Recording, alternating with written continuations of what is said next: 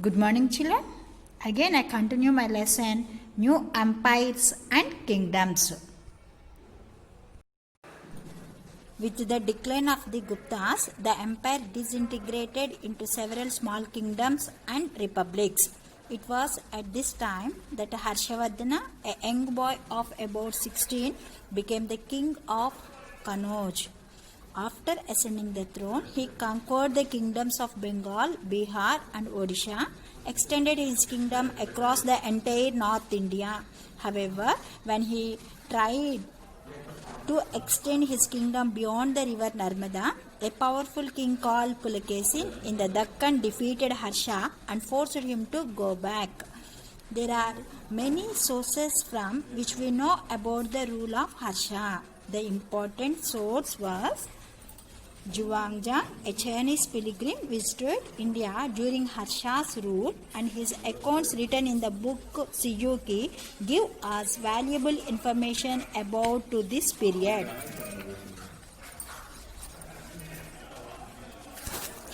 Harsha's administrative structure continued with the systems introduced by the Guptas, but Harsha often involved himself in the management of day-to-day affairs to ensure justice. He was assisted by a council of ministers headed by chief minister. Taxation was light. Farmers paid 1/6 of their produce to the king. Revenue were also earned from trade and commerce. The taxes collected were spent on the welfare of the people. Zhuangzhang says that the rate of crime was low and small fines were imposed for petty offences. Many kingdoms emerged in South India after the decline of the Satavahanas. The Chalukyas were one of the most important kings among them. They ruled over an empire that extended over the present-day states of Karnataka, Telangana, and parts of Andhra Pradesh. Their capital was at Vatapi. The greatest of the Chalukya kings was Pulakesin II. We know a lot about his rule from the Aihole Prashasti composed in Sanskrit by his court poet Ravikirti. Harsha's advances in the south were checked by Pulakesin. He also defeated the neighboring ruler Mahendravarman I of the Pallava dynasty and took away some of his land. Pulakesin was the first South Indian ruler to issue gold coins. It is possible that he lost his life in an encounter with the Pallavas.